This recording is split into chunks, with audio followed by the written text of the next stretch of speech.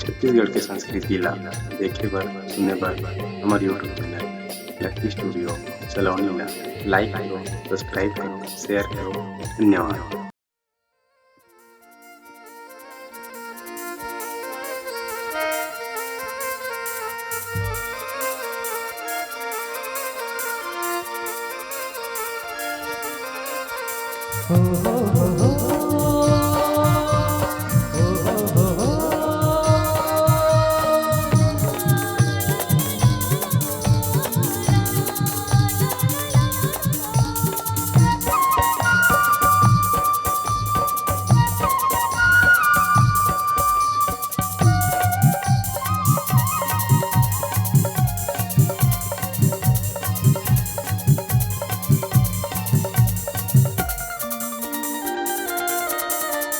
भाव नहीं संग्राम वो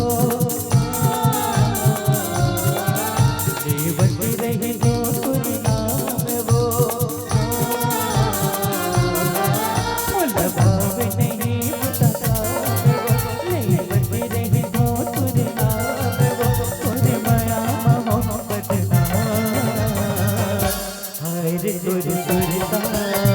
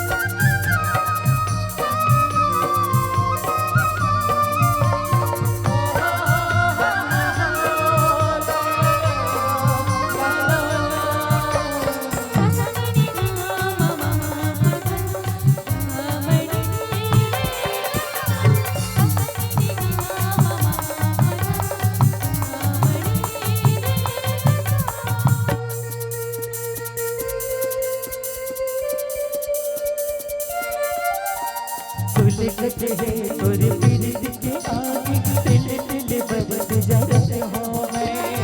तोरे माया माँ बन के मैं जोगी माला जपत फिरत हो मैं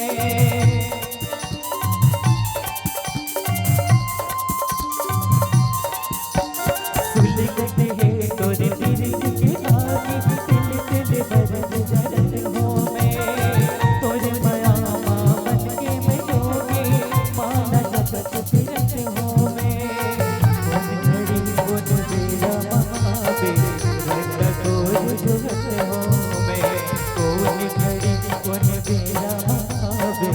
रंगा तोर जुगत हो मैं जिन भर नहीं आराम वो हो ही कर परिणाम वो